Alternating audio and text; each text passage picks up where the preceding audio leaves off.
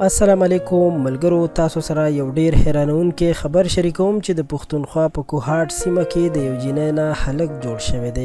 دغه جینئ چې مخکې نوم میمونی او اوس یې په ځان باندې محمد القما نوم ایښی دی. څنګه ورته معلومات شول چې زه هلک یم؟ مکمل معلوماتونه او د خبرو اوریدو نه ځان خبرولو لپاره دا ویډیو تر اخره وګورئ چې تاسو د هلک د خولې خبرې واورئ او په خپله مو یقین وشي.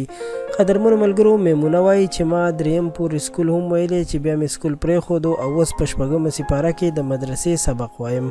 سکول مې هم د جینکو په سکول کې ویلی دی او مدرسه کې هم جینکو سره یو ځای وم. هغه وایي چې مازدیګر وخت او ما الله پاک ته د دې نه مخکې سوالونه کول چې یا الله زما نه هلک جوړ کړي.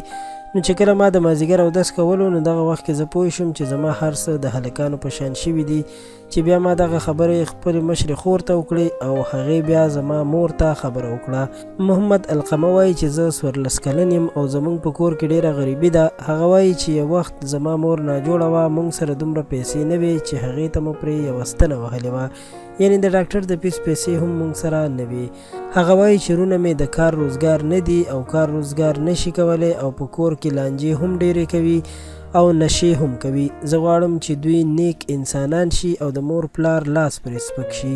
هغه وایي چې زه غواړم لوی عالم جوړ شم، ځکه چې په ما باندې الله پاک ډیر لوی رحم کړی دی او زه د دې رحم قدر کول غواړم چې الله پاک رانه ناراضه نشي.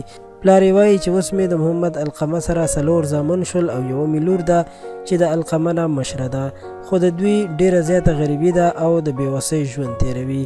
الله پاک دې وکړي چې د دوی ټول مشکلات حل شي. تاسو ته په سکرین باندې د دوی نمبر هم ښکاري، که څوک ورسره رابطه کول غواړئ او امداد ورسره کول غواړئ نو په دغه نمبر ورسره رابطه وکړئ. دغه د دوی د کورنۍ نمبر دی.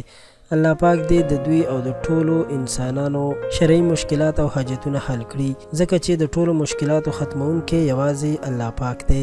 قدرمنو، دا حیرانونکي معلومات او دا خبر تر همدې ځایه ویډیو در سره لایک کړئ او له نورو په زړه پورې ویډیوګانو لپاره در سره خان کلیک چینل سبسکرایب کړئ. تر بیا د لوی الله په امان.